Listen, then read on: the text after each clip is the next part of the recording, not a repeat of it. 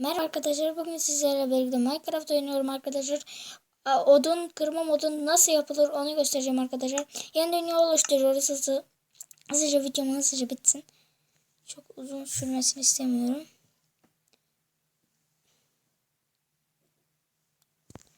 Ben yaratıcı yapacağım. Hayatta kalmada işliyor bu. Sonra arkadaşlar ben açıklamada linkte bir Minecraft bırakacağım. O Minecraft'ta bu Minecraft'ın aynısı. Orada deneysel oyun kullanılacak. O Minecraft'ı yükledikten sonra deneysel oyun kullana basıyoruz.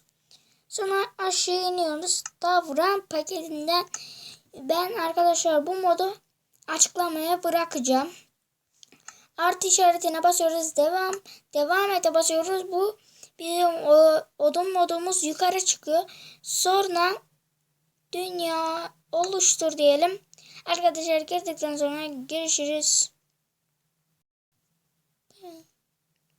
Evet arkadaşlar dünyamıza geldik.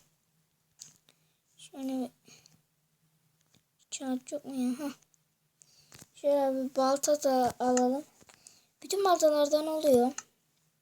Onu söyleyeyim. Şöyle bir elmas balta alalım. Hayatta kalmalı işliyor sadece. Öyle git.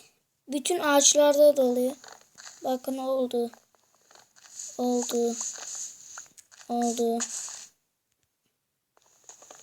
Evet. Oldu. Abi sadece bir rengi değiştirmeyin alamıyor. Bir de arkadaşlar bütün her taraftan alır bakın. Tabi buradan bile alır. 5.'den ama full 6 almaz.